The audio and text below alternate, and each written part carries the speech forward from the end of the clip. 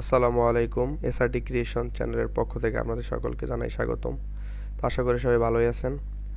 তো বন্ধুরা, আজকে আমরা অ্যাডোবি ইলাস্ট্রেটরের যে টুলস বা বেসিক যে কাজগুলা, বেসিক টুলসের কাজ, সেগুলো আমরা আজকে আপনাদেরকে দেখানোর চেষ্টা করব। তো আমরা প্রথমে যখন অ্যাডোবি ইলাস্ট্রেটর ওপেন করব, এই সফটওয়্যারটি ওপেন করার পর দেখুন এভাবে আপনারা একটা ইন্টারফেস দেখতে পাবেন। তো এই ইন্টারফেস দেখতে পেলে আপনারা প্রথমে যেভাবে কাজটা শুরু করবেন সেটা হচ্ছে এই যে নিউ ফাইল, এখান থেকে আমরা নিউ ফাইলে যাব। তারপর এই যে ডান পাশে দেখুন ইউনাইটেড, এই যে একটা সাইজের যে একটা ইন্টারফেস, এখান থেকে আপনারা ইচ্ছা করলে এই যে পিকজেল আছে, point, picas, inches, feet, feet and inches, yard, millimetre, centimetre, metres, যাই হোক এই যে জিনিসগুলো এই আপনাদের আপনাদের আর কি সুবিধা মতো এই জিনিসগুলো আপনারা সিলেক্ট করে নিতে পারবেন। তো আমি এটা প্রথমে ইঞ্চিতে করতে চাচ্ছি। ইঞ্চিতে করতে হলে আমরা প্রথমে এখান থেকে একটা ডিফল্ট নিয়ে নিলাম 17, এখানে 22 নিয়ে এভাবে আপনারা ইনপুট দেওয়ার পর এখানে দেখুন ওরিয়েন্টেশন বলতে একটা কথা, অর্থাৎ আপনারা যে আমি যে সাইজটা নিলাম সেটা কিভাবে ওরিয়েন্টেড হবে, অর্থাৎ এটা কি ভার্টিক্যালি হবে নাকি হরিজন্টালি। তো এটা আমাদের ভার্টিক্যালি দেয়া আছে, এটা থাক।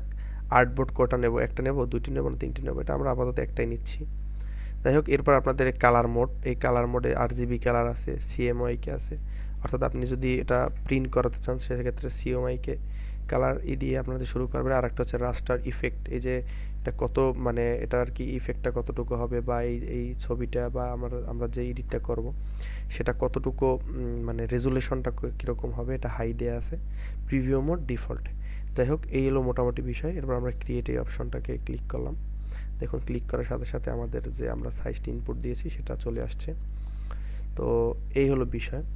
তো আমাদের প্রথমে কিছু জিনিসের সাথে আপনাদের পরিচয় করে নিই। সেটা হচ্ছে আপনি দেখতে পাচ্ছেন আমাদের বাম পাশে, এটা হচ্ছে সিলেকশন টুল। এই যে সিলেকশন টুল, এটার কাজ আমরা আপনাদের একটু দেখাবো পর্যায়ক্রমে। এরপর হচ্ছে ডিরেক্ট সিলেকশন টুল, এরপর হচ্ছে পেন টুল, তারপর হচ্ছে কার্ভেচার টুল, হ্যাঁ, তারপর হচ্ছে রেক্টেঙ্গুল টুল, এরপর পর্যায়ক্রমে পেইন্ট, টেক্সট, ঠিক আছে। তো আমরা প্রথমে এই যে এখানে রেক্টেঙ্গুল টুলটা দেখতে পাচ্ছেন, রেক্টেঙ্গুল টুলটা এটা আমরা সিলেক্ট করলাম। সিলেক্ট করে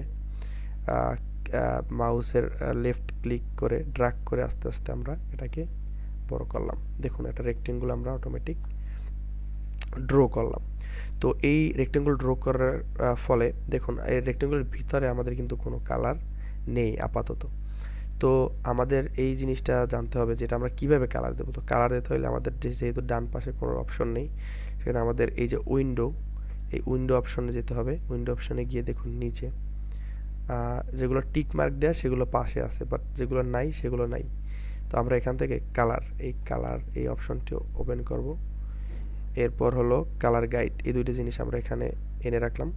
তো যেহেতু আমাদের রেক্টেঙ্গুলটি আমরা কালার করতে চাচ্ছি, তো এটা এই যে বাম পাশে নিচের দিকে আছে ফিল কালার, আর হচ্ছে স্ট্রোক কালার। তো এই ফিল কালার এটা আমরা ক্লিক করব। ক্লিক করার পর এটা যেহেতু সাদা আছে, আমরা এখান থেকে বিভিন্ন কালার দিতে পারবো। দেখুন এইভাবে আপনারা এটার কালার পরিবর্তন করতে পারবেন। দেখুন আমার খুশি মতো আমরা এখান থেকে আমরা বিভিন্ন কালার এখানে দিতে পারবো। দেখুন আপনারা যদি ডিফল্ট কালার চান, তারপর এখান থেকে আপনারা যদি সিলেক্ট যে কোনো একটা মানে নির্দিষ্ট কালার দিতে চান, সেক্ষেত্রে আপনারা এখান থেকে দিতে পারবেন। তো কালার এভাবে আপনারা চেঞ্জ করবেন। তো আমরা যে জিনিসটা প্রথমে দেখাতে চাচ্ছিলাম সেটা হচ্ছে সিলেকশন টুল। তো পর্যায়ক্রমে আমরা প্রত্যেকটাই দেখাবো। তো প্রথমে সিলেকশন টুল এটা আমরা সিলেক্ট করলাম। সিলেক্ট করে এটার কাজটা কি আপনাদের আমি দেখাই। এই যে কর্নারে ধরার পর দেখুন এটাকে আমরা টেনে বড় করতে ছোট করতে পারছি, আবার টেনে বড় করতে পারছি, ছোট বড়, আবার এদিকে নিচে। অর্থাৎ সিলেকশন টুলটা সিলেক্ট করে আমরা এটাকে ইচ্ছে মতো ছোট বড় করতে পারবো। এরপর মাঝখানে দেখুন এই ক্লিক করে চেপে ধরে এটা আমরা বিভিন্ন জায়গায় ক্লিপবোর্ডের এখানে এখানে ঘোরাতে পারবো। এই হলো দুটি কাজ। তো আরেকটি বিষয় হলো সেটি হচ্ছে আপনার ইচ্ছা করলে এখানে দেখুন এই যে ধরার পর একটা কার্ভ একটা অপশন আসছে, দেখুন 0 ডিগ্রিতে আছে। এখন এটা আমরা টেনে আস্তে আস্তে রোটেট করতে পারবো। দেখুন এটা হলো ক্লিক করে লেফট ক্লিক করে ড্র্যাগ করে আস্তে আস্তে আস্তে টানলে এটা বিভিন্ন রোটেট হতে থাকবে। আপনার পয়েন্ট এক জায়গায় থাকবে, বাট এটা আস্তে আস্তে ঘুরতে থাকবে। দেখুন রোটেট করা যায় খুব সহজেই। তো আরেকটা বিষয় হলো, আপনি যখন রোটেট করবেন তখন আপনি শিফট অর্থাৎ কিবোর্ডের শিফট প্রেস করে যদি আপনি এভাবে ঘোরান, এটা নির্দিষ্ট একটা অ্যাঙ্গেলে ঘুরতে থাকবে। দেখুন 135, 90, 45, 0, আবার 315। দেখুন অর্থাৎ একটা নির্দিষ্ট দূরত্বে এটা ঘুরতে থাকবে যদি শিফট প্রেস করেন। আর যদি শিফট না করে শুধুমাত্র করেন তাহলে এটা অটোমেটিক ঘুরতে থাকবে, এটা এটার মতো করে। যাই হোক, তো আমরা এই জিনিসটা অবশ্যই বুঝতে পারছি। এই আরেকটা বিষয় হলো, আপনারা যখন এটাকে টেনে ছোট বড় করবেন, তো আপনি যদি শিফট প্রেস করে এটা টেনে বড় করেন তাহলে নিচের দিকে এবং ডান দিকে একই আকারে বড় হবে, আবার একইভাবে ছোট হবে, একইভাবে বড় হবে। আপনি যেদিকেই টানেন না কেন ছোট বড় একটা নির্দিষ্ট আয়তনে হতে থাকবে। কিন্তু আপনারা যদি এই যে শিফটটা ছেড়ে দিই, দেখুন ছেড়ে দিয়েছি, নিচের দিকে নেমে গেছে, অর্থাৎ আপনি ইচ্ছা মতো সরাতে পারবেন। তো শিফট প্রেস করলে একটা নির্দিষ্ট আকারে বড় হবে, আর শিফট ছেড়ে দিলে এটা আপনি ইচ্ছা মতো নাড়াতে পারবেন। তো এই হলো একটি বিষয়। তো সিলেকশন টুলের মোটামুটি কাজ এতটুকুই। তো পরবর্তীতে পরবর্তী যে টুলসটা সেটা হলো ডিরেক্ট সিলেকশন টুল। এই ডিরেক্ট সিলেকশন টুলের যে কাজটি সেটি আপনাদেরকে আমি এখন দেখাবো। এটা আপনি ডিরেক্ট সিলেকশন এটা সিলেক্ট করবেন। সিলেক্ট করার পর দেখুন আমি একটু জুম করে আপনাদের দেখাচ্ছি। এখানে একটি পয়েন্ট, একটি পয়েন্ট, একটি পয়েন্ট, একটি পয়েন্ট, মোট 4টি পয়েন্ট। তো আমরা যদি দেখুন এখানে একভাবে আছে এই টুলসের যে আইকনটা, যখন আমরা ভিতরের দিকে নেই দেখুন নিচের দিক দিয়ে একটা কার্ভের মতো একটা সাইন আসছে। তো এটা আমরা ক্লিক করে ধরে যখন ভিতরের দিকে টানবো, দেখুন আস্তে আস্তে এটা কি কার্ভ হয়ে যাচ্ছে। 4 কোণায় 4টি পয়েন্টের 4টি কোণায় কি কার্ভ হয়ে গেল। দেখুন কত সুন্দর। আবার যদি আমরা টেনে এটাকে আস্তে আস্তে এদিকে আনি তাহলে কি আবার পূর্বের জায়গায় ফিরে যাচ্ছে। আবার যদি নিচের দিকে ভিতরের দিকে টানি তাহলে এভাবে কি হচ্ছে, এটা কার্ভ হয়ে যাচ্ছে। এক পর্যায়ে লাল হওয়া মানে হচ্ছে আর এটা কার্ভ হবে না। তো এটা একটা বিষয়। অর্থাৎ আপনি যদি এটাকে এই রেক্টেঙ্গুলটাকে আপনি কার্ভ করতে চান তাহলে ডিরেক্ট সিলেকশন টুলের সাহায্যে এটা করা যাবে।